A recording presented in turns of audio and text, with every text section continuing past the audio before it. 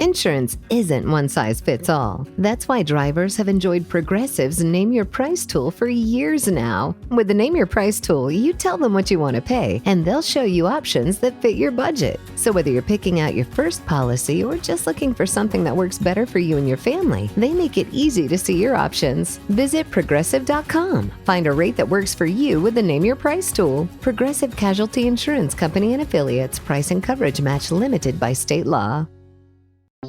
LinkedIn Hiring Pro can't predict the future, but it can help you feel confident about future hires. Because Hiring Pro combines real-time insights and candidate data from the LinkedIn network with the criteria you've set for your role to deliver you a list of top-fit candidates. Businesses who use LinkedIn are 24% less likely to reopen a role in the next 12 months. Hire right the first time with LinkedIn Hiring Pro. Post a free job today at linkedin.com/quality. Is this thing on? Hello? Wow. Feels like it's been a long time. Greatest hits week last week. But we begin this week as I'm waiting for OG and Doug to come down the stairs. Begin this week like we do with every other one, Stackers. Raise your mugs, because on behalf of the men and women creating Podcast in Mom's Basement and the men and women at Navy Federal Credit Union, like to begin our week with a salute to our troops, kept us safe during the weekend and over our greatest hits week. Thanks for all that you do. Thank you for your service. Let's go stack some Benjamins together now, shall we? Here's the song that we'd like to do for all the younger set of people, the teenagers and what have you. This one's called Vacation's Over.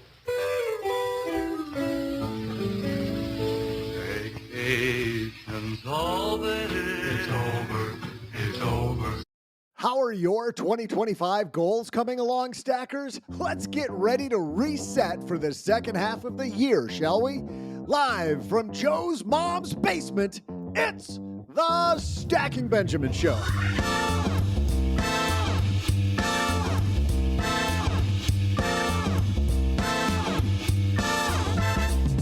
I'm Joe's mom's neighbor, Doug, and look at how the year's gone. We're halfway done.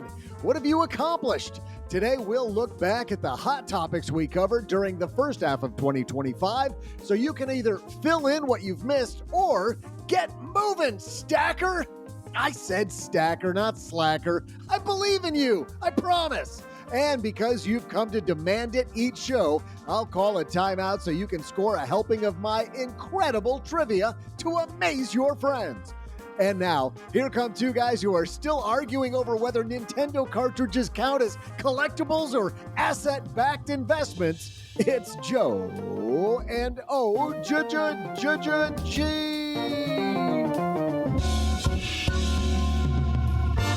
Welcome back, Stackers, from Greatest Hits Week. I am Joe Saul-Sehy, Average Joe Money on Twitter. And across the card table from me, the guy who we call the asset on this asset-backed podcast, Mr. OG. Better to be an asset than a liability, I suppose. Just keeps going. Which is what you mostly call me. Try not to. Is a Nintendo cartridge an asset-backed? No. No. In fact, we performed a little surgery on our one of our gaming consoles the other day. It was not successful. The patient died. Oh, that's a bad day.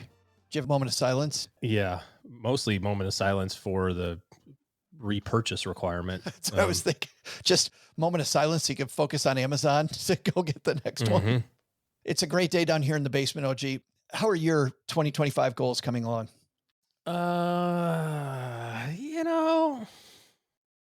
Today's a new day. I'll be honest. Today's a new day. Something's okay. Something's not okay. We have goal setting week here on the podcast because I love this idea of milestones, as do you. The fact that if you have a year-long goal and you get a quarter of the way through, halfway through, three-quarters of the way through, stop, see where you're at, and then go, you know what? I need to make a minor correction versus a major correction if I wait until the very end. So often we set a goal and then we don't do anything along the way. And then we realize at the end that we didn't get where we wanted. Gary McDermott joins us on Wednesday. He's a guy, OG, who worked with nuclear reactors in the Navy. It's amazing. He's going to talk about goal setting I know all of our stackers are going to go, yeah, goal setting, whatever. This guy breaks it down. It isn't rocket science, but it's the way the Navy gets stuff done. It's the way multi-bajillion-dollar companies get things done. And yet you and I go, yeah, goal setting, putting it down on paper, building milestones. I don't need that. Smart goals, forget it. And yet I think it's a great time for that reset. I think equally important to goal setting is recognizing that it's a whole process. It's not just, here's where I am, here's where I want to go, that's the end.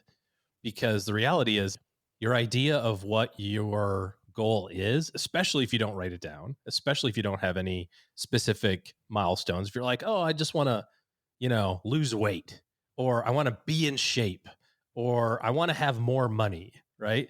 All of those things are things that have no end to them. You will never get to it. You will never get to, I have enough money. I know people say, oh, if I had $1 million, I'd have, no, you won't. Trust me. You'll have to $1 million and be like, if I got $1 million too, that'd be great too. But if you can, and I catch myself doing this too, right? We talk about it being in our parlance from Strategic Coach called the gap, right?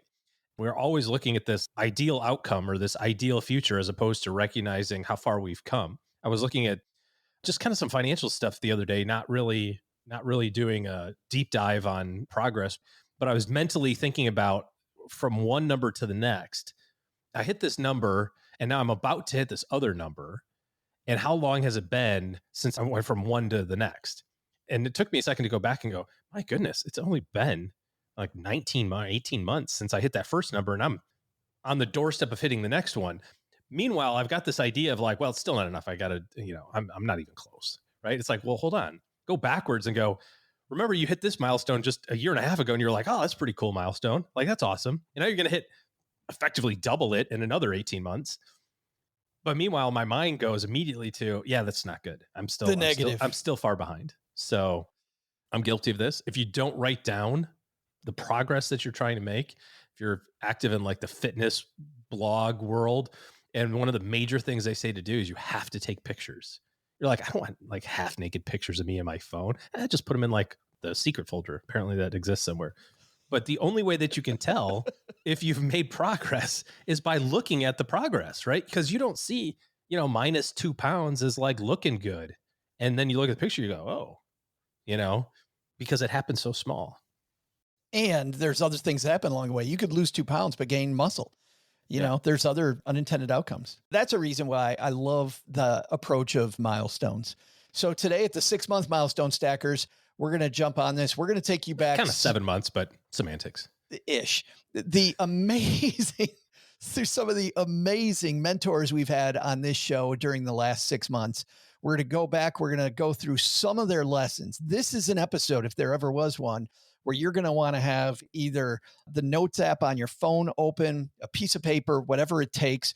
I'm going to give you the episode numbers. So if you need more to make sure that you're actually working toward these things that we gave you on a silver platter the last 6 months, well, now's the time to really reset and get moving so that by the end of the year, you have made some progress on 2025 and you're roaring into 2026. So we're going to start that journey here in just a second, but we got a couple sponsors who make sure that we can keep on keeping on. You don't pay a dime for any of the Stacking Benjamin show.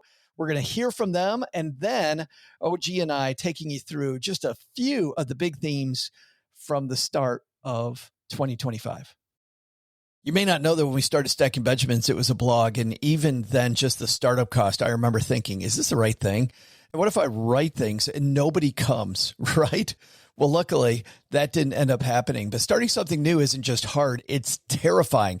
There's so much work. You're not sure whether it's going to work out. You're not sure if anybody's going to read it. And then we change it to a podcast. Is anybody actually going to listen, right?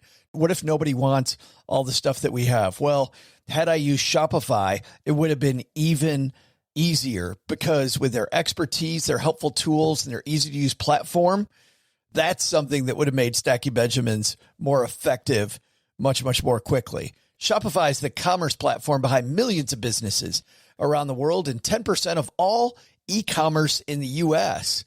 Names you've heard of like Heinz and Mattel, Shopify, Gymshark, Aviator Nation, Allbirds, also all Shopify.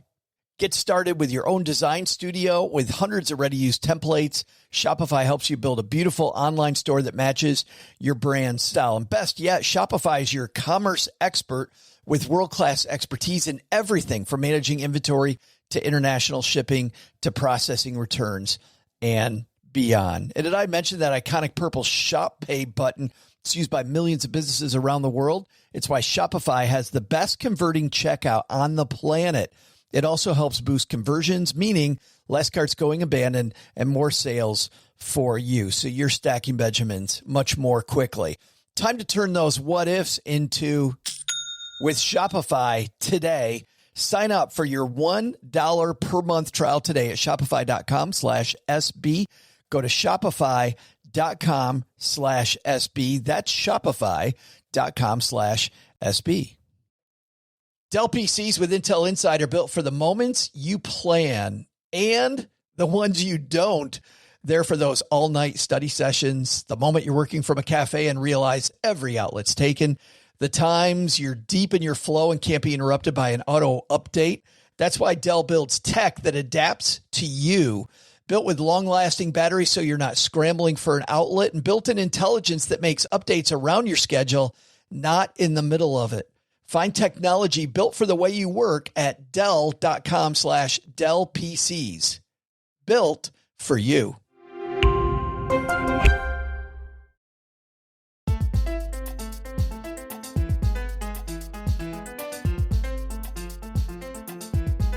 We began the year in a spot that for you and I, OG, made a lot of sense, which was the first thing you do in your financial plan. The very first thing is get income moving the right way. Too often you and I see people try to optimize everything. They try to wring every nickel out of the experience. And yet making more money can solve so many problems. If you have a good system. If you have a good system. So what do you mean by that? Well, if you are poor with money and you make $70,000 a year and you think that magically, if I make $100,000 a year, I'm going to be magically good with money, that's not going to, you'll just have $100,000 worth of problems instead of 70. 100%, which is why we went there second. We're going to talk about that system second. But first, because, you know, which one do you put first? Make more money or have the good system? Make more money, have a good system. Those two things in order. So we started off by talking to a gentleman who has made tons of money, OG. You know him well. I know him well. Alex Hormozi. I flew out to Las Vegas to his headquarters, sat in his studio. This is a guy who works with multimillionaires, he doesn't tell you exactly how much he makes, but it's, what do you think? 80, 90, $100 million a year? It's a good start. Yeah. You probably can't retire on it. Yeah. The guy was making $30 million a couple of years into his career, and he just dropped gold. And I kind of hate that because it's so cliche. Oh, that gold nuggets. He's just laying it out. Pick up a nugget. You want to get a nugget every time you go to a conference. You want to get yourself a nugget. There was so much here, though, that we So spent many 2 nuggets. episodes decoding it. But let's start off here. Everything in 2025 or any year begins with mindset. And Alex Hormozi talks about earning more money means changing your mindset. By the way, we're playing these off of our YouTube channel, YouTube Shorts clips that we made. So you're going to hear some sound effects that we put in there. So sometimes you'll hear some sound effects in these. That's because we're at our Stacking Benjamins YouTube page, just pulling these right up. But here's Alex Hormozi talking about mindset. If you want to make more within a business, you need to take on more risk. The people who are most highly compensated in any business are the ones who incur more risk. Sales guys incur risk. They have commissions. Some people are only commission. You take on more risk. If you're an insurance sales guy, you work within an organization, but you're a mini entrepreneur, if you will. If you're willing to take on risk, you will get disproportionately rewarded. Where you get the real outsized returns is where it looks like risk to other people, but to you, you understand it. And then it's not risky. And then you just get the outsized returns without the risk. Skill is how you mitigate the risk. 100%. That's what you're saying. You build skills that take things that other people think are risky, that to you, OG, are not risky. Here's how I look at this. Over the years, where do we spend a lot of time on this podcast? We talk about risk in the portfolio. how much risk do I want to take? And people go, oh, I'm a risk taker. I take a bunch of risk in my portfolio, or I want to take more risk in my portfolio. But when we look at the way that you make money, where you're taking no risk in your career, you're not doing anything to move the ball faster, to move the needle further, yet you're demanding your portfolio take more risk. I think we need to look at risk wider. And Hormozi says, if you just learn a few of these skills and you get the game down where you're building a muscle that our people don't have, looks risky to other people, you're used to it. The guy in the high wire doesn't think it's risky because he's done it a bajillion times, right? Well, and he's got the skills and the process and maybe even some protection that you don't know exists. Like those idiots that like walk across the Grand Canyon don't, but Right. you know, Right. like at the circus they do, right? They got a net and they're like, Yeah. yeah, if I fall, the show gets screwed up. But Yeah. I think, you know, if you look at your company, if you look at your industry, and I'm not going down the path of like what's good, is capitalism good or bad, or like wealthy people good or bad. Jeff Bezos was in the news lately, right, for having his wedding, and maybe it was a little over the top, a smidge, Slightly. You know, I mean, it's cool you can rent a city. I didn't know that existed, or half of one, or whatever he did. But anyways, he's one of the wealthiest guys in the world because he took all the risk at the front end. And for those of you who have only experienced Amazon of where it's everything, and Amazon Prime has always been around in your life, and it's always been a stock that's gone up, go back and look at the stock of Amazon from like 1995 through, I don't know, maybe 2005, 2010, maybe.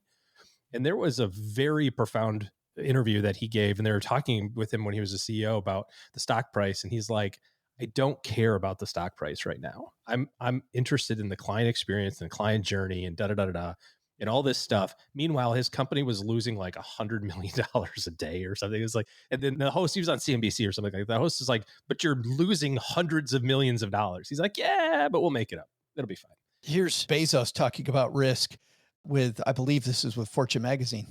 One observation I would have is that I think it's generally human nature to overestimate risk and underestimate opportunity. And so I think entrepreneurs in general would be well advised to try and bias against that piece of human nature. The risks are probably not as big as you perceive, and the opportunities may be bigger than you perceive. You say it's confidence, but maybe it's just trying to compensate for that, accepting that that's a human bias and trying to compensate against it. That's, by the way, with the New York Times, not with Fortune magazine. Yeah. So if you look at your own organization and you say, well, who are the people or what are the sections of our organization that have a good ROI, right? Like have a good, if I do really well, I get rewarded at a much greater scale than I do for my normal things. And Hormozi talks about it. He gives it a couple of examples, right? Like if you work at an insurance agency, as an example, and get a W-2 salary, there's virtually no risk with that, right? The risk is you do a bad job and they fire you and you just go get another job. If you work with a base salary, but you get a little commission, you're going to have a little bit higher upside because you're taking a little bit more ownership and a little bit more risk, is what he says. If you say, well, I don't want any base salary, I want all upside, you're going to have more opportunity on the upside. And if you're the owner of the insurance agency, you have all the upside. You get all of it. You're on the hook for every single solitary thing. So think about, you know, in your own organization, are there places where you can pivot to? Are there places that you can dip your toe into and say, well, let me experience a little bit of this to see if there's an opportunity for me to take a little bit more ownership over results. And that's really what it boils down to. If you're in charge of outcomes, if you're in charge of results for your organization, you're going to be rewarded for those results. I like hearing two successful entrepreneurs, obviously. Hormozi, very successful. Bezos, 1,000x times more successful. But when you hear two successful people tell you the same thing, that you need to look at risk differently, I think that's a truism and it's something we need to do. And I think that's job number one, Stackers. What are you doing in your life to look at risk differently? And risk is always going to be there. And if you learn to accept it, more money often comes along with that. I want to move on to Hormozi's next point, and there's so many, as I mentioned, Hormozi talks about asking better questions as well. One of my favorite questions to ask when you want something is, what would it take? Because it assumes yes. Like, I won't let you marry my daughter. Well, what would it take? What do I have to do? Because then they give you an equation, then you can just solve it. And it's my number one strategy for negotiation too. Like when you go in for and ask for the raise, don't say, I would like to make $180,000. Say, what would it take for me to make 180 grand a year here? What would I have to do? And then you can make the assessment of whatever the equation they give you. If you think that's reasonable, or you can do it. Whole different way to negotiate. What would it take? It's not about yes, no, can I have a raise? It's what would it take for me to make this? All of a sudden, you're taking the person across the table from you and you're helping them think differently. Well, they come on your team. They're like, bang, that's what I want to do. Like nobody, think about this if you've ever been a boss of anybody, right? A leadership role of any kind, hey, go do this. This is what we're doing. Da, da, da, and then finally you get the one person who shows up and goes, how can I help you? Like, what do you need me to do? Here's what I would like to do. How do I get that? Give me the roadmap of how to do this. You're like, oh, somebody that wants to row with me, not just against me. Let's do this, man. It's a breath of fresh air sometimes. I love that. What would it take? The person gets super excited. The owner of the company or manager, whoever's running the department, gets more excited because they're like, yeah, this person wants to go faster. Like, how cool is that? We're all going to reach our goals. I'll tell you how to make $180,000. You do this, this, this, this, this. We're all making more money. Yeah. It is fantastic. So we began the year with Alex, and it's funny how, again, themes reverberate. He talked specifically to entrepreneurs, and we spent the first 2 episodes, you and I, rounding out those lessons so that they were also good for the majority of our audience, which are people that work in an organization for somebody else. Becoming an intrapreneur, as much as Hormozi's talking to entrepreneurs, right? Intrapreneur, somebody entrepreneurial, but working inside of a company for somebody else. Later on in the year, we bridge this same territory talking about who is the person who's going to get the job, who's the person that's going to get the promotion, who's the person that people want to work with. Hormozi talks about it. Hey, be the guy on the team. What would it take? Bonnie Hammer in episode 1687, our Memorial Day episode. Bonnie, for a long time, was the NBC Universal Vice Chairperson. She, OG, connects the dots to people working in the corporate world as well. That, you know what, doesn't matter if you're an entrepreneur or an intrapreneur, here's what's important to get the raise or get the job. Once you start showing people you're willing to work hard at something, they look at you as, okay, they're earning this. I want them around because they're going to do just about anything. They will succeed. Some of the research I've been looking into literally is saying there were 8 out of 10 different people that were interviewed in corporations are very leery about hiring a Gen Z person right out of college right now because they do not believe they have a work ethic. Their assumption is, number one, they don't want to be in the office. They're going to fight to basically work remotely. I'm not a big believer in that because if you're not in the room, you're never going to be in the room. There's a belief that they just don't understand starting out in a work world and having to earn that worth. Working hard gets you the job. Being in the room gets you the job. Familiarity gets you the job. Asking OG, what will it take? Gets you the job. And it's funny. I think we say that about every generation. You know, she's picking on Gen Z right now about how 8 out of 10 employers are saying, I'm worried about kids out of college because they don't have a work ethic. I remember when I was 18 and people were saying that about us, you know, every person. But if you want to stand out, regardless of how old you are, be the person that's going to show up. Yeah. If you are the problem solver, you get to be in the room, like she said. If you're the one that somebody goes, you know who can help with this? This guy, right? I don't know why, but somehow they always solve the problems. Then you'll get invited in the room. Once we talked about making more money, we moved on then to, OG, your second half of that equation, which was now we need a good system. Now we need to make sure that we hold on to those dollars. So we spoke with Jen Smith and Jill Sirianni to talk mindset on 1627. And what I liked about their appearance, and I don't have a clip from it, but living a frugal life isn't about having enough. It's about knowing what you really want. What do you truly want? Why am I buying this thing? Am I frugal because I want to be cheap? Or am I frugal because I only buy the stuff that really moves the needle in my life? So they kind of reset your whole feeling about a budget. People find a budget limiting. They're like, no. Starting off with this mindset of, I know what I want and I'm going to spend money on that stuff really makes it so there's always money available for the stuff that lights you up. I actually have some family members that frustrate the hell out of me because they're so busy spending money on crap they don't want that they never have money when everybody wants to do the big cool thing. Like, yeah, we're too broke to do that. Well, I can tell you why you're broke, because I was at your house when you got DoorDash on Thanksgiving from Burger King down the street. Literally, we could have walked down the street to Burger King and they DoorDashed it. And why are we going to Burger King when we got a house full of food? No idea. I haven't had a good Whopper in a long time. I've been seeing those ads lately. And honestly, I'm like, I should probably go get a Whopper just to double check it, because I remember liking them a lot, but it's been a while. So also, I haven't had breakfast yesterday. So I just heard, like, have you seen those cartoons where like the cat's only thinking about the bird to eat, or whatever? Right. Tweety bird. Once you see Whopper, you're like, now I have this Whopper with like a big melty cheese, maybe a double Whopper. It's got the onions on it. Stop. No, don't, because I'm hungry too. That discussion led us into tools, though, because I got the mindset. We've talked a lot about mindset these first 20 minutes. Let's talk about tools. Episode 1648, we dove into budgeting tools and basics. And here's Kristen Wade. I asked her, where should you start?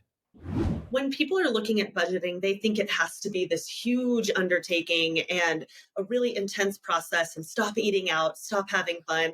So my best advice is just to start observing what your spending is before you control it, because then you'll come at it from a place of non-judgment as opposed to shame. Because if we start with the shame cycle from the get-go, you're not going to stick with it.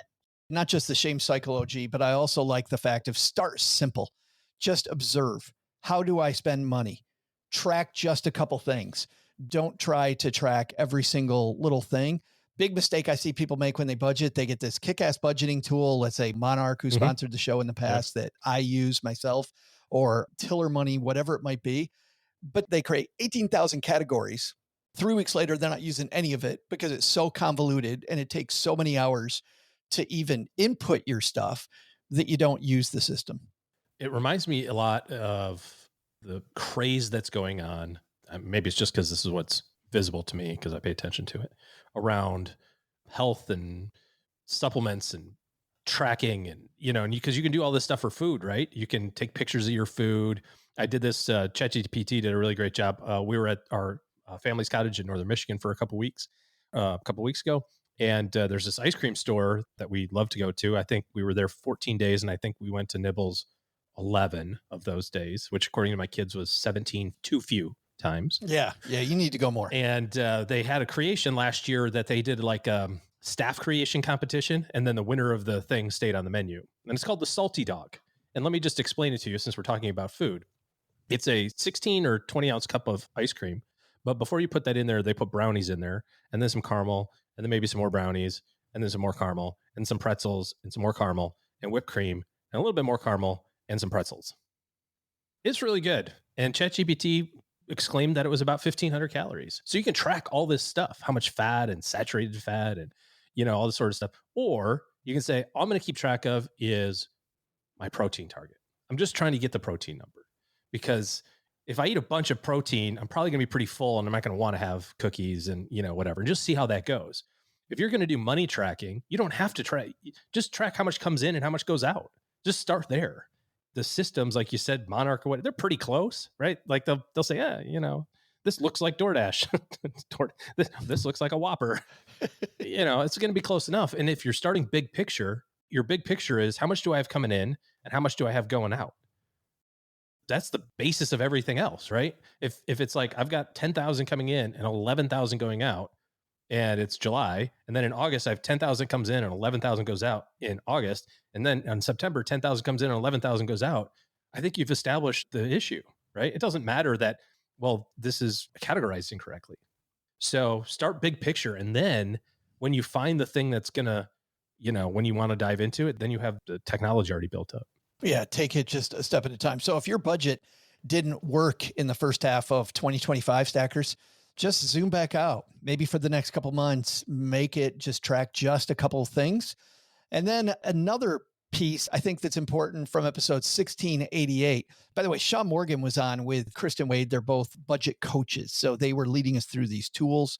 But on episode 1688, a guy named Brian Suddeth took what Sean Morgan pointed to food waste, talked about us eating at restaurants a lot, that's an easy one to cut out. Kristen Wade said, don't even get on the shame cycle where you shame yourself around restaurants first. But if you identify restaurants or you identify food waste, well, Brian and his spouse, they turned it into a game. We'd always been in a habit of trying to throw away as little as possible with tight budgets. But as soon as we took notice of the volume that was going to the trash, it became this internal competition to see if we could find a way to stop putting food into the trash. It became a over-the-top competition with ourselves to get creative and to pay attention to that cost. And we drove that number to an insanely low number. At first, we would just speak it out loud. If I threw something away, I would just yell to the other room where my wife was working, and I would say that was $1.35 of pasta, dairy, butter, and cheese that we just put into the trash. And after that year of just keeping a mental tally, we put a Post-it note on the fridge and we would write down what was wasted, what the cost was, and what date it happened.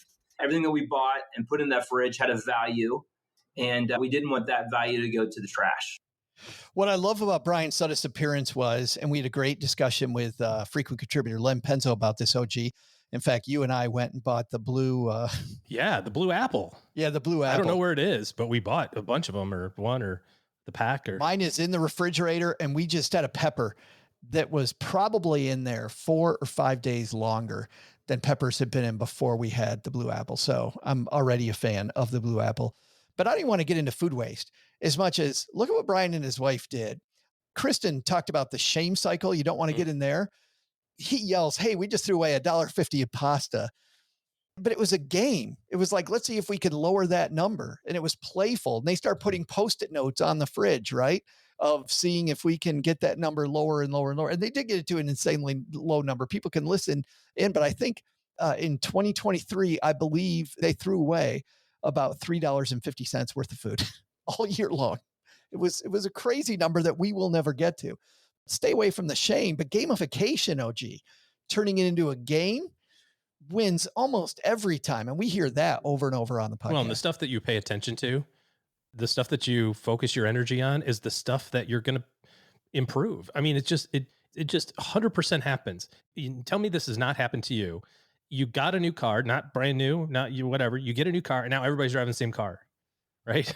You haven't seen this color ever in your life, and you get it on you're like, nobody's got this color. All you see. Everyone's got the green Mazda. All of a sudden, you're like, where are they? Did we just walk into the green Mazda store? You know, like, how'd this happen? When my kids were driving a Volkswagen Beetle, I'm like, man, I barely ever see Volkswagen Beetles on the road. The second my kids had a Volkswagen Beetle. Yeah, because you know why? I thought about this today, as a matter of fact. I was driving the kids to their practice and camp and stuff this morning, and I saw two cars that look exactly like Alex's car. And I know why, because I pay attention to that, because I go, oh, that's my kid. And I remember thinking, like, why is Alex driving his car? Isn't he at orientation? Oh, no, it's not Alex's car. But I never saw that car ever, and now I see it everywhere. It's the stuff that you tell your mind to pay attention to that normally it filters out. So if you pay attention to money, you say, hey, I'm going to pay attention to food waste, or I'm going to pay attention to my budget, you are going to improve it without any effort. It's magical. Yeah, this idea of what we look at is really important. And we did a week on consumerism my favorite. In June. And it's interesting, OG, because I was going to save this for the back porch, but this is a good place to put this, is that I not only lost you when I brought this up. You lost everybody. Well, I lost a bunch of our stackers. And let me go into this because Vicki Robbins says this and everybody goes, this is phenomenal. Katie Gaddy Tassin talks about it on the show on Wednesday, and I was trying to set it up on Monday by broadening out what she was going to talk about, which is the clip I'm about to play.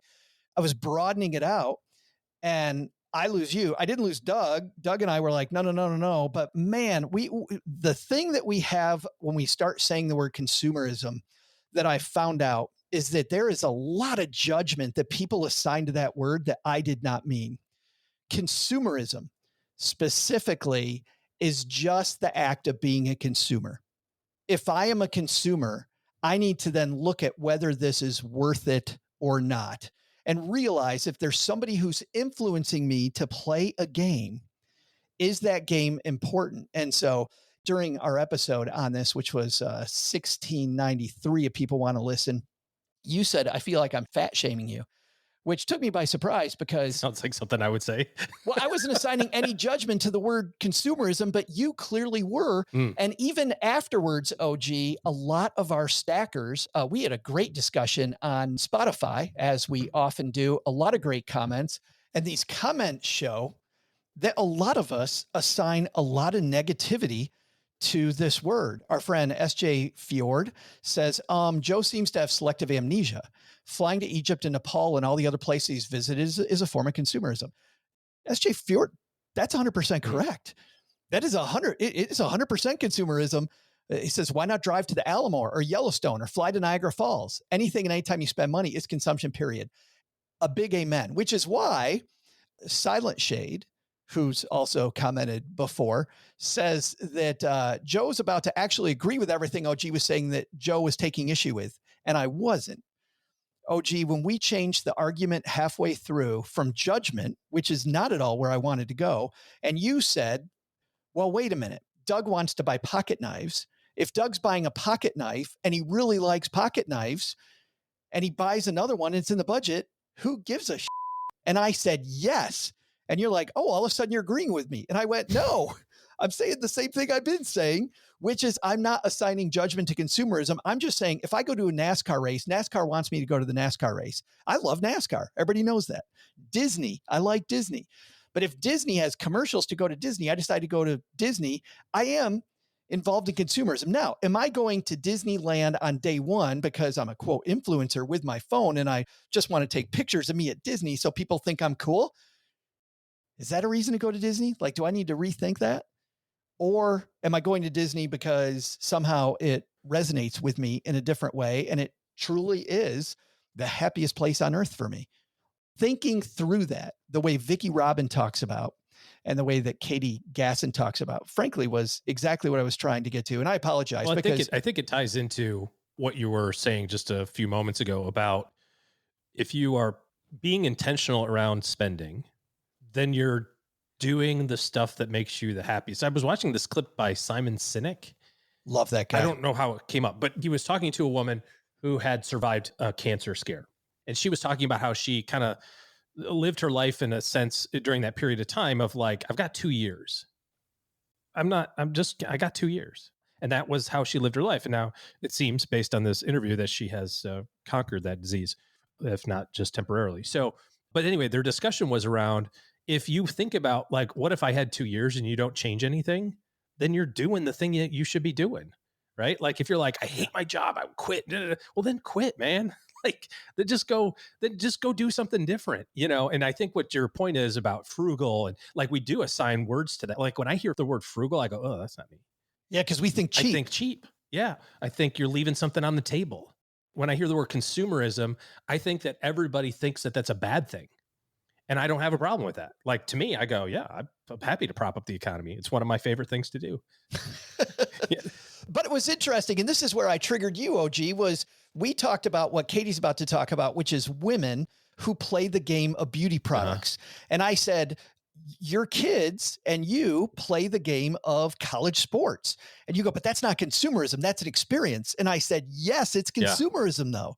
But I lost you because of the judgment that we assign. The language really matters. Yeah. So I apologize to everybody for that because I didn't realize until I got back from my vacation and I read these. After I got back from my overseas vacation, where I was definitely not a consumer, for my private experience in Greece. That's not consumerism. With all my friends, with all of my rich friends. And I was like, I am not a consumer. I don't understand what their problem is. 100% consumerism headed to Greece. Oh my, you can't not involve yourself in consumerism. But yeah, we do assign meanings to words. And I vaguely remember this conversation. I kind of dump a lot of stuff on the show. I'm like, oh. You're like, yeah, we talked about that last year. I'm like, I don't remember. But like what? But I vaguely remember this. Two things that I think about here. One is it's totally fine to spend money any way that you want. Yeah, I don't owe you an explanation. I don't owe the internet an explanation. Maybe my family, to some extent, I do, right? Because I'm responsible for them. But if we do the things that we want to do, I don't owe you a reason for why I do it.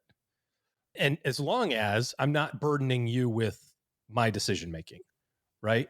And so, like, if I'm taking care of my business If I'm doing what I'm supposed to be doing for my family and my community, and, and up to the extent that I feel responsible for that, and I decide to go to Greece, okay, I don't owe you an explanation for why I chose to do that, because it's okay.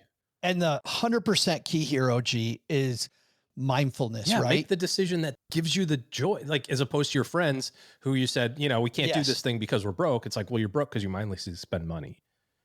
Yeah. And then they do frustrate me, even though they still don't owe me an explanation. They frustrate the hell out of me because I want to do stuff with them. I want to do stuff without me having to pay for them to go along, because they wasted all their money on stuff that they hadn't examined. Look at what happened to Katie Gaddy Tassin when she looked into her budget and actually saw, even though she thought she was spending money mindfully. Well, let's take a listen to Katie. Living within my means. I'm not driving a Lexus, food spending, pretty reasonable. But as I did that personal finance audit and I got everything down on paper, there was something that jumped out at me that I had never seen anyone talk about in all of the personal finance dogma that I was ingesting. And that was my beauty and personal care budget.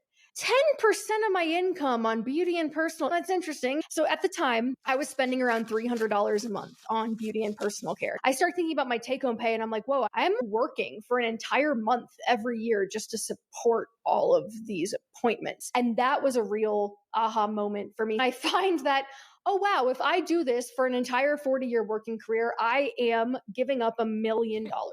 That's not a trade-off I'm willing to make. And that last line, that's not a trade-off I'm willing to make. Now, for some people, I'm willing to make. Right. I'm willing to make. There's a beauty industry Katie talks about that's designed to have women tell other women, hey, you deserve it, girl. Hey, you need to buy this beauty product. You need to. And if Katie examines that and it makes sense to her, then it's money well spent. For me, in going to NASCAR races, hey, I go to for a while, I was going to a NASCAR race every year. Is it actually a trade-off when I look at that money and I go, okay, I spend X amount on this whole NASCAR weekend going to races Friday, Saturday, Sunday, camping out there, spending the money on groceries, on getting myself there, all of these expenses. Is that worth it? And the answer I came back with was, hell yeah. Katie came back with, hell no. So I apologize about trying to open that up. I think Katie said it better than I did, though. Good stuff there. We've got a whole second half where we're going to go into a few more of the big themes from the year. Have you gone through your budget and mindfully looked at all these expenses? What a great use of time to spend an hour just looking through your bank app and doing that. But before we get back to this, Doug, let's take a little break because you've got some great trivia about today's date in history. Hey there, stackers. I'm Joe's mom's neighbor, Doug. And how you doing on your 2025 goals? I know things are rolling along for me. I've taught these two knuckleheads how to podcast, even though they only recently figured out how to use their thumbs. Back on today's date in 1960, a young woman with a goal began a remarkable career journey. She used funds raised by her friend and mentor and set off for Gombe Stream National Park in what would later become Tanzania to study chimpanzees. And here's today's question. Who was this remarkable woman? I'll be back right after I go peel a banana.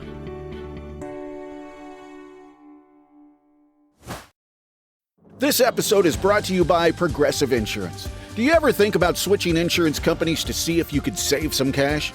Progressive makes it easy. Just drop in some details about yourself and see if you're eligible to save money when you bundle your home and auto policies. The process only takes minutes, and it could mean hundreds more in your pocket. Visit Progressive.com after this episode to see if you could save. Progressive Casualty Insurance Company and Affiliates. Potential savings will vary. Not available in all states.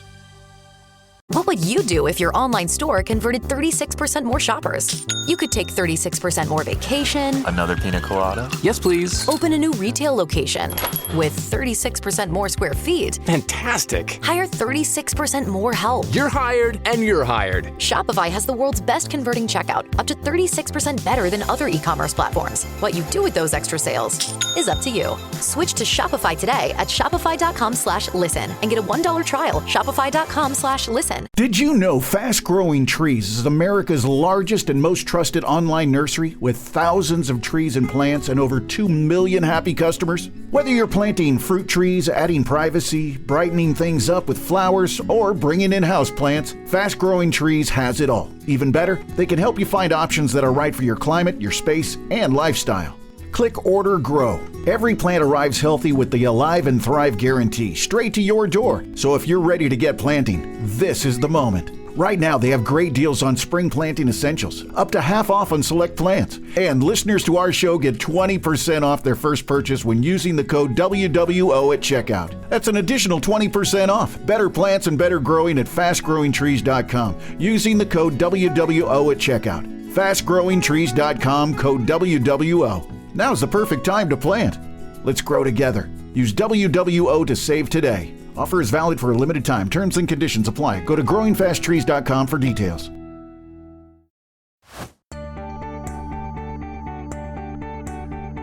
Hey there, stackers. I'm Banana Peeler and guy who doesn't like double entendres, Joe's mom's neighbor Doug.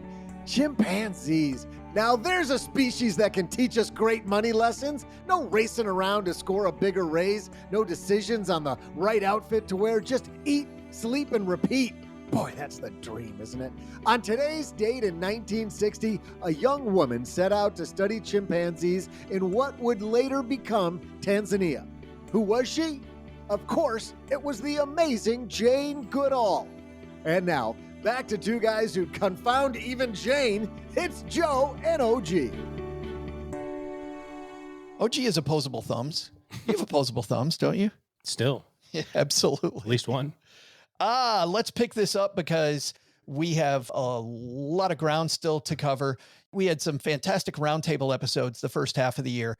One episode that resonated with a lot of people, and because we don't think about it enough, if disaster strikes, what's in your financial go bag? You remember this one, OG? Maybe.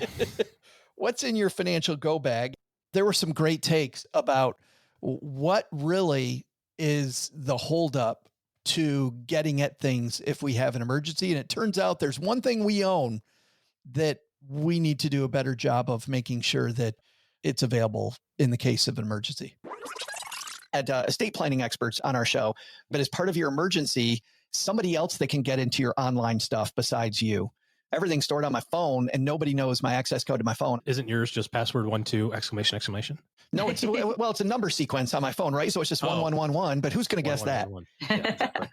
If I had an estate planning attorney, or if there was any attorney that I was regularly working with and I had a recurring relationship with that person, that's the person I would give it to.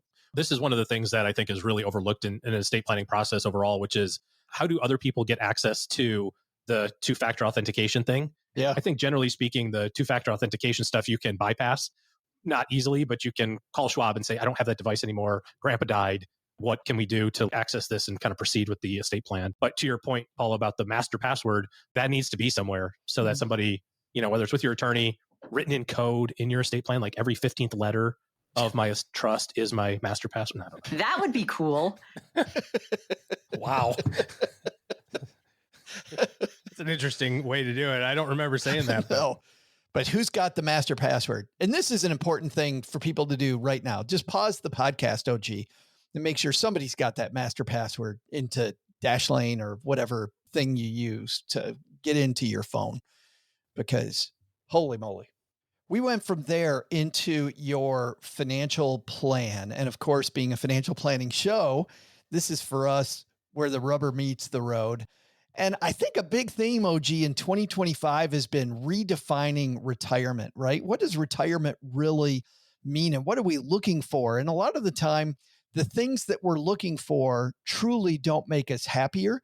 They don't give us longevity. They don't give us more or better. I almost said more better retirement.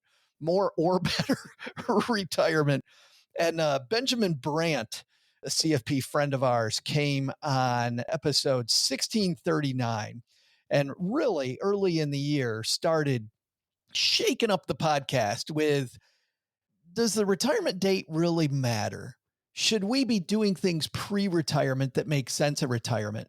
Benjamin thinks that we should be looking at ourselves all the time as a science experiment to think about what truly makes us happy so that when we leave our job, whenever that is, we're actually filling our hours with things that we appreciate. Good data and bad data are both good data.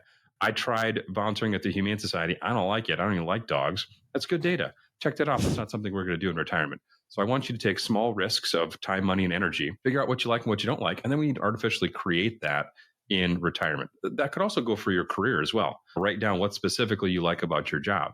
And you might I like being an engineer. There's probably more pieces of that. Like, I love working on projects with people. I love bringing something across the table under budget and on time. Or I like collaborating with other people. Or I like just hanging out in the break room and chewing the cud with friends. Specific notes of that, then recreate that in retirement. Again, bad data is also good data. Write down what you hate about your life and make sure you don't do that in retirement.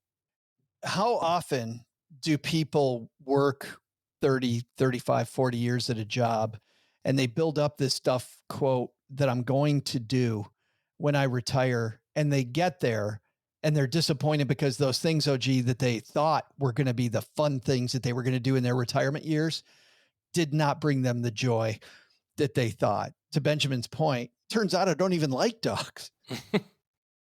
I think that it's a good idea to try to do the things that you think you're going to do. If you've been working for 20 or 30 years, you probably have some pretty decent vacation days built up. Go test it out. You know, you famously said that you've tested out moving and living in different places, and, you know, say, hey, let's travel a lot. And, you know, and you went, yeah, that sucks. You know, if you think you're going to play golf every day, go take a week and go play golf every day. Report back. Let me know how you feel. Most of us can't do it every day. We can do it twice a week, 3 maybe, but every day is a lot. It just, you know, A, it gets boring, and then B, it's like, it's tough to do, you know, it's a lot of walking, and as you hit the ball as many times as I do, it just tires you out.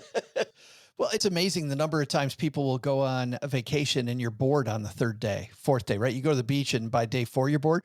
Think about this. You retire and you haven't really thought about it. You're 4 days in and you're already bored. Yeah. I think you need a lot more data. Think about how much time you spend planning a vacation. We literally have, we won this condo in an auction. So we're going to go to Park City for a week. We're like, all right, cool. Just go to Park City.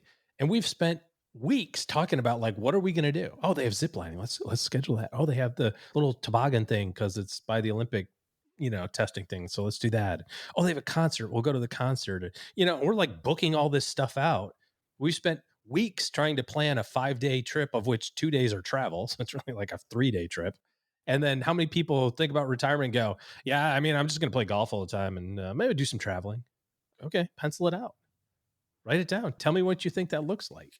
We're going to talk again on Wednesday with Gary McDermott about setting better goals, about making them work the way they worked in the Navy for him, the way that they work in big business. So we're going to dive more because I think setting this goal of gathering data is important.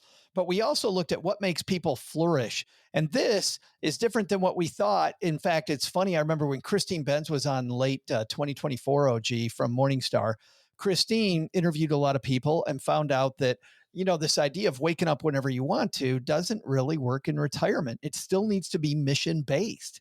There still needs to be a mission. There needs to be a purpose. There needs to be a reason to jump out of bed.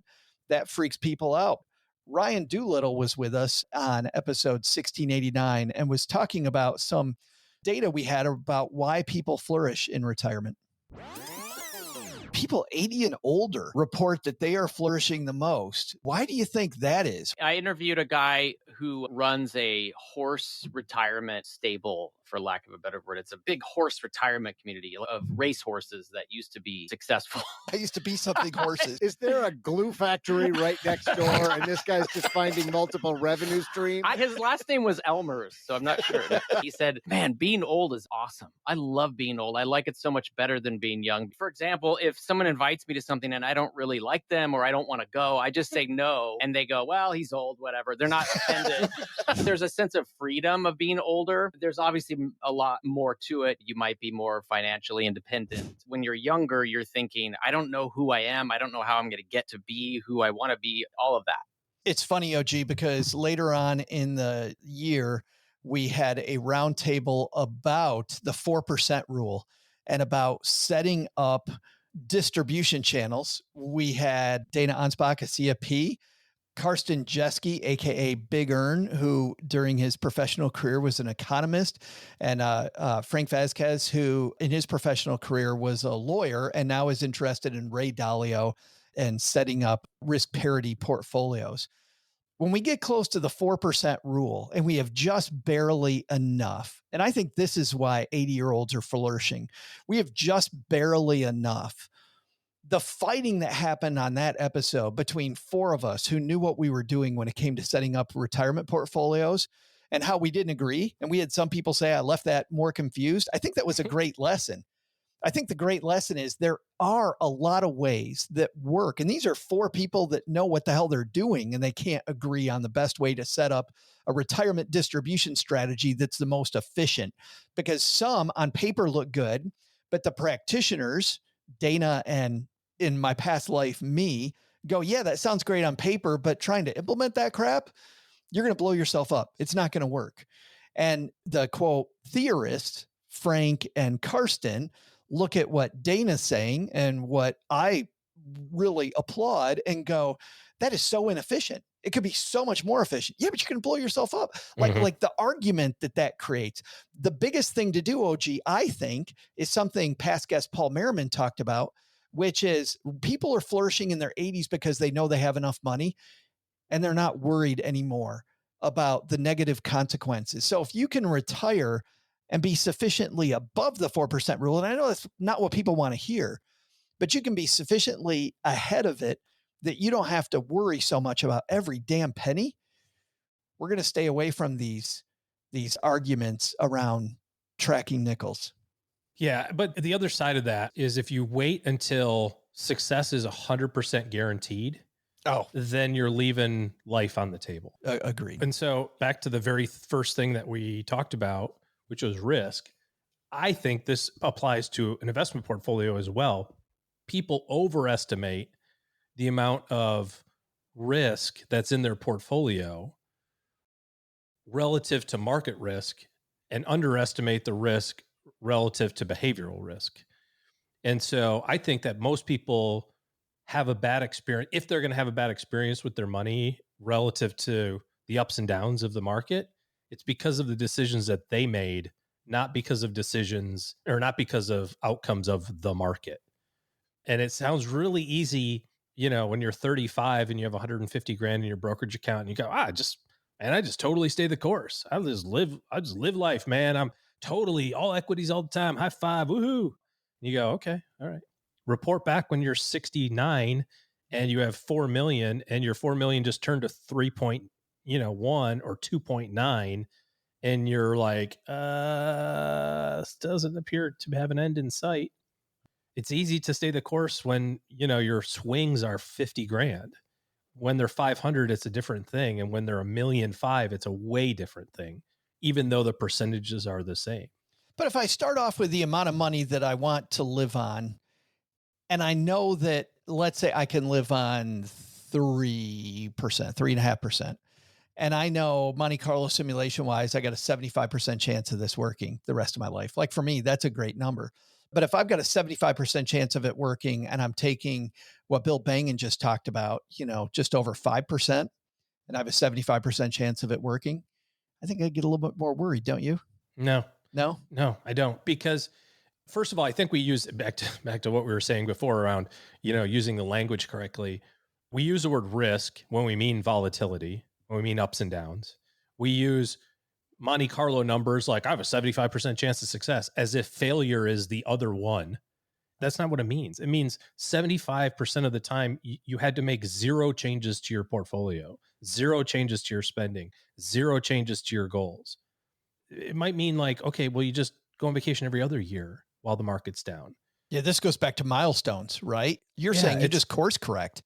Yeah. If you've set up milestones to check it over and over. It's not 0. It's not like, it's not a binary thing. I either have money or I don't. The other thing is, what number are you using for Monte Carlo? I think it's totally realistic to use 100 for your life expectancy.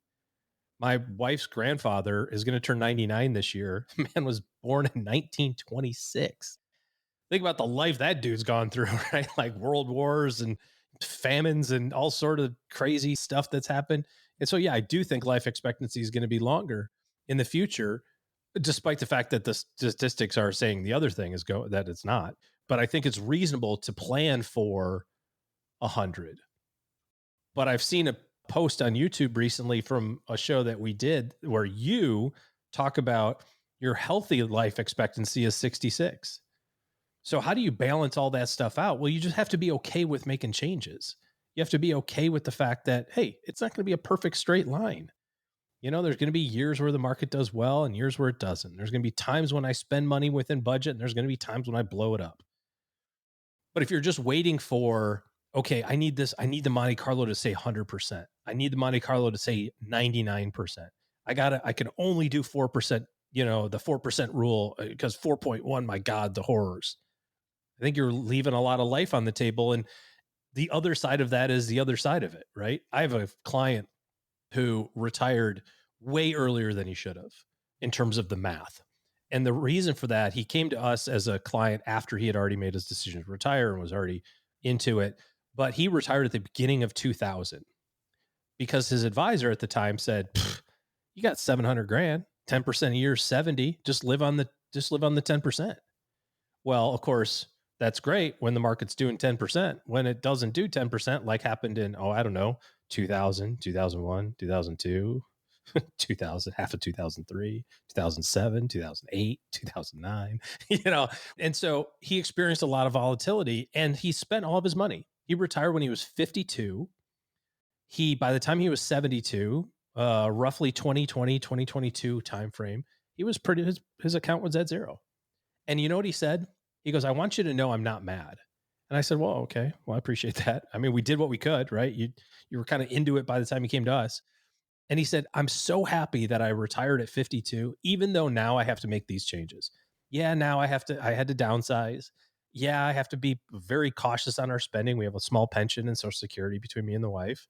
But you know what? I spent 20 years of my prime life hanging out with my kids, hanging out with my grandkids. I went to every baseball game, every track meet, every softball game, every dance recital across the country.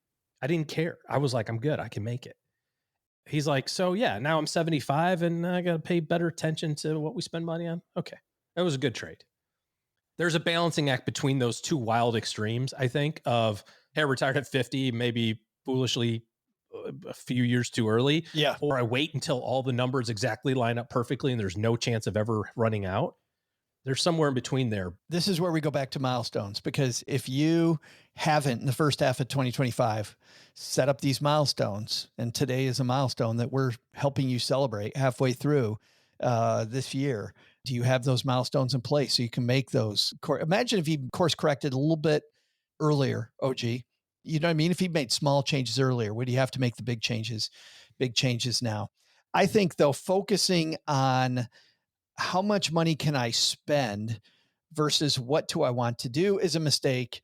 And we were joined by the J.L. Collins on episode 1685. And listen to this discussion.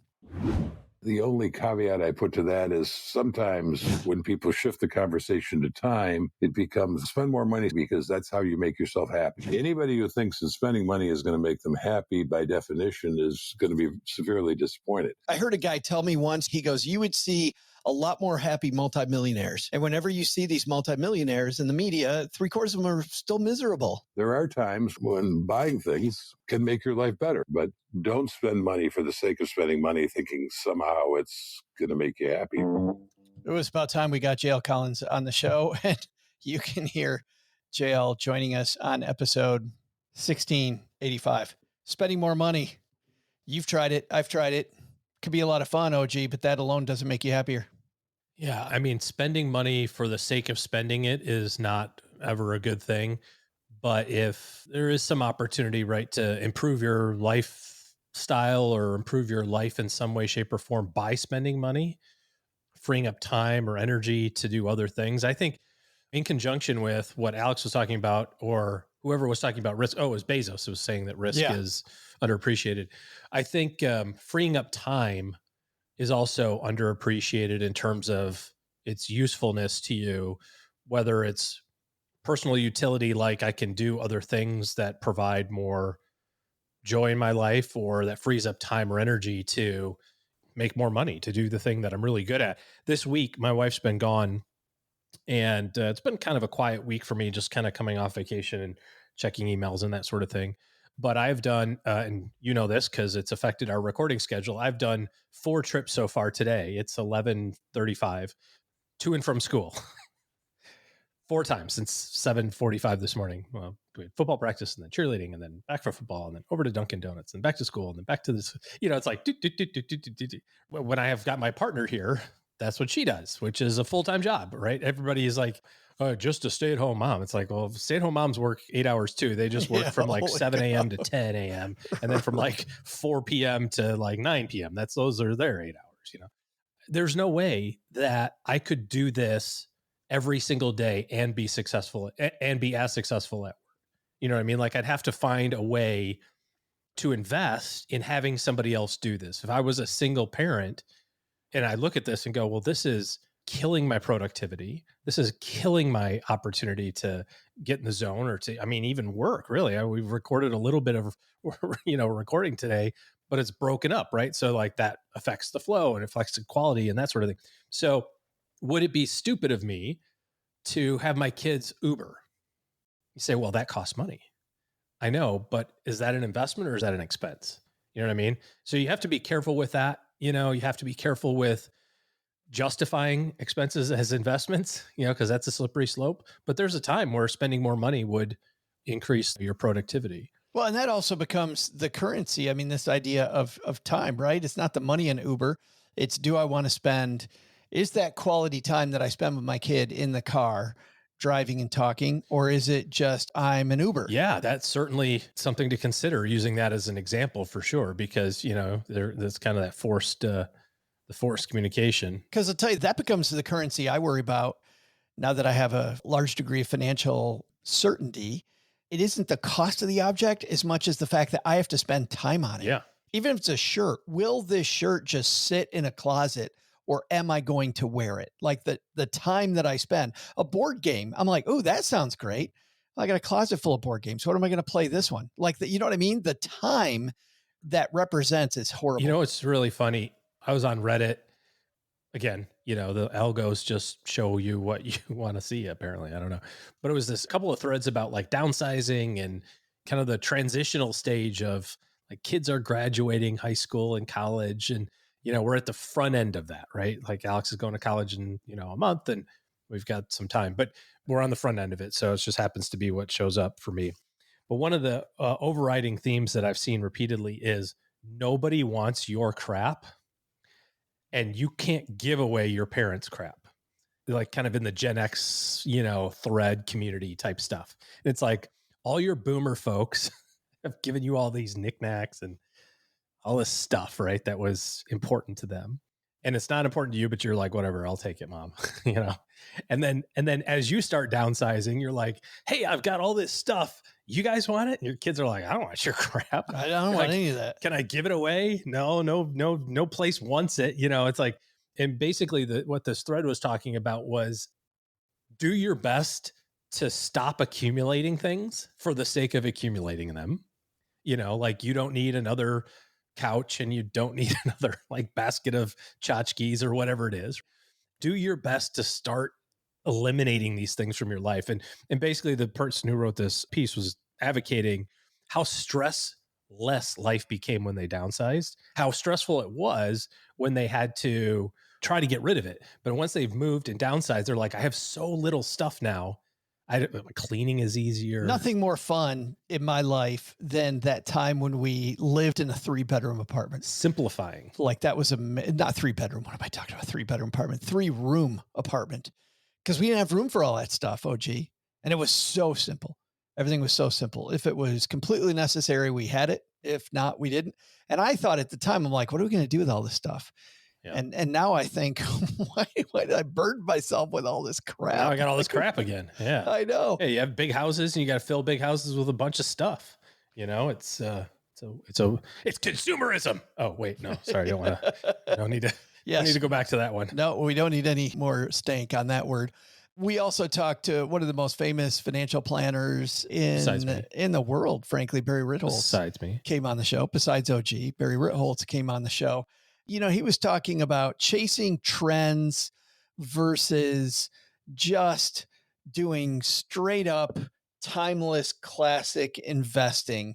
And Barry said, you know, a lot of people, to catch the trend, they go listen to all of these CNBC personalities, which is funny because he's kind of one.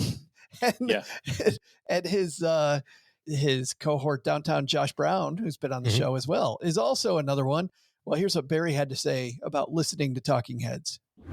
When experts are wrong, it's because they're experts in the way the world used to be. It has to be that, because whenever you got your doctorate, it's always in the past. Whatever we know today is pretty much backwards looking and historical.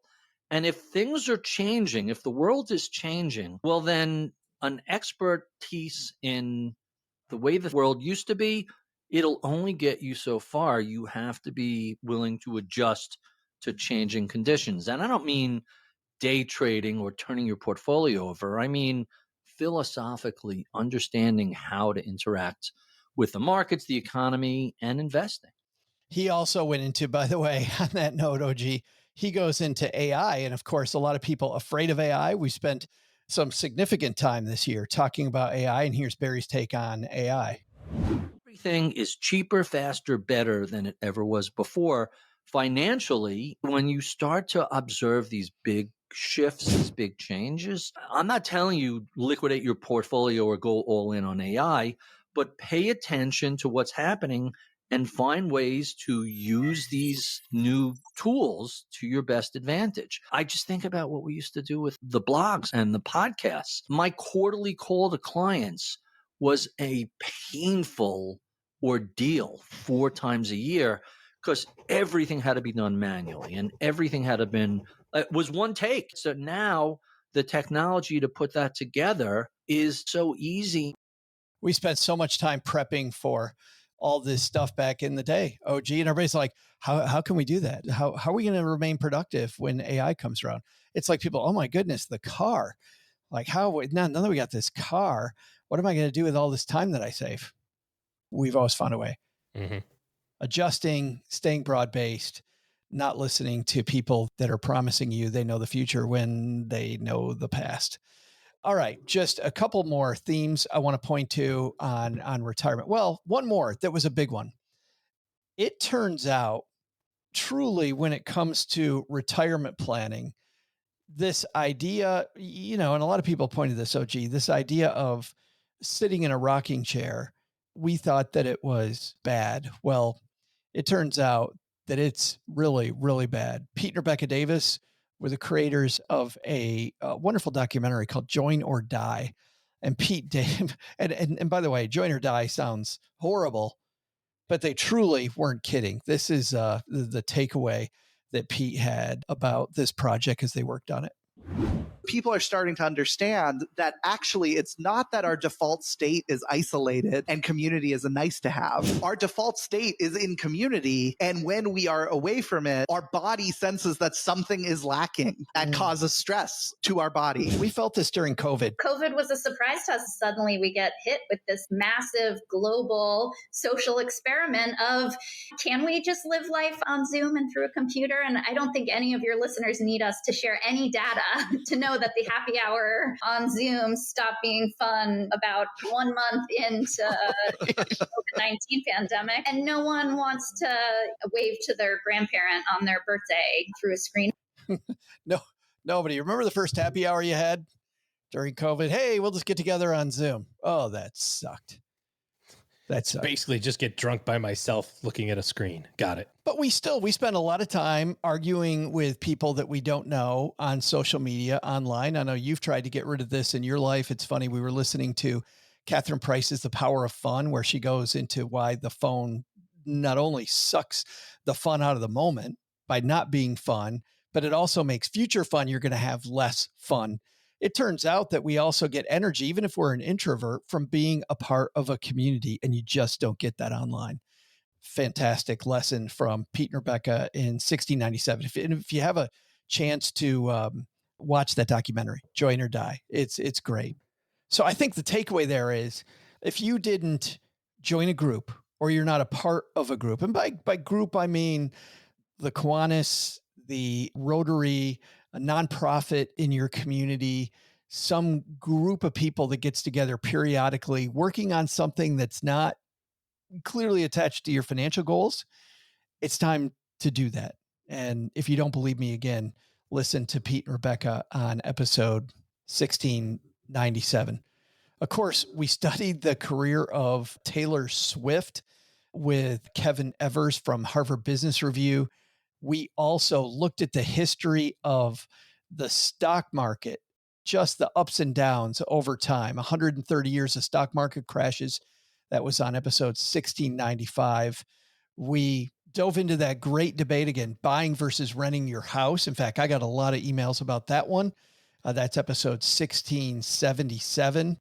And I think one of my favorites, and we'll end today on this, sports agent Molly Fletcher came on. And, we opened this up, OG, with maybe you need to change your mindset.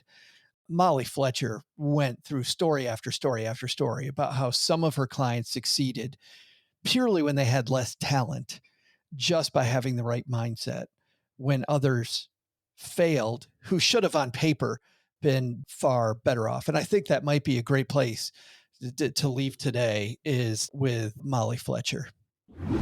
80,000 automatic thoughts a day. You can imagine if you aren't really intentional about shifting the self-talk, what is sometimes an inner critic, sometimes a story that we tell ourselves that's keeping us stuck in this place. Let's say exercise is a high priority to you, but the story that you tell yourself is, I don't have time. How in the world am I supposed to have time to work out? I've got all these emails, I have this job, I lead other people, I have kids, I'm married. So that's the story that keeps you from doing something that you've identified matters, rather than pulling back and saying, wait a minute. You know what? When I take the time to exercise, I feel better. I sleep better. I show up better for the people in my life who matter. I might live longer and be healthier. You want to recognize, what is that inner critic that's keeping you stuck from what you've identified you want most, and then shifting that to a new script that allows you to go after what you really want. I think that may be the overarching theme of the last 6 months. Flip the script. Flip the script. Flip the script. Okay. Whether it's this consumerism idea, whether it is your portfolio and managing your portfolio, whether it is what brings you happiness, flip the script.